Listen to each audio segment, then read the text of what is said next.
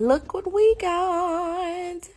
Over the weekend, we woke up on Saturday, and just so happens that our refrigerator had turned our milk into curds and whey, and everything was hot and it was broken again.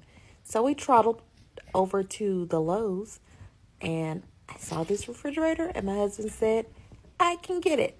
So we brought it on home, and this is what it looks like on the inside. It's really spacious. We can fit all of our stuff in here.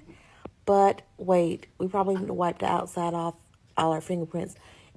But it has this cool part right here, beverage center, where you can get you some water, or you can use this really cool.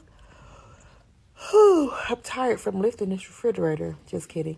But you can get this really cool picture, and the dang refrigerator refills the picture for you.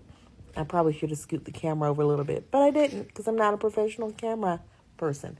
Anyway, there is another little slidey drawer thing that you can keep your wine in. I've got to go shopping for more wine and other beverages for the other people who live in this house. Excuse my toes. I need to get a pedi, but this area is pretty cool as well. It's the freezer, but it also has the ice cube tray thingy, and it has two different sizes of ice that the freezer makes.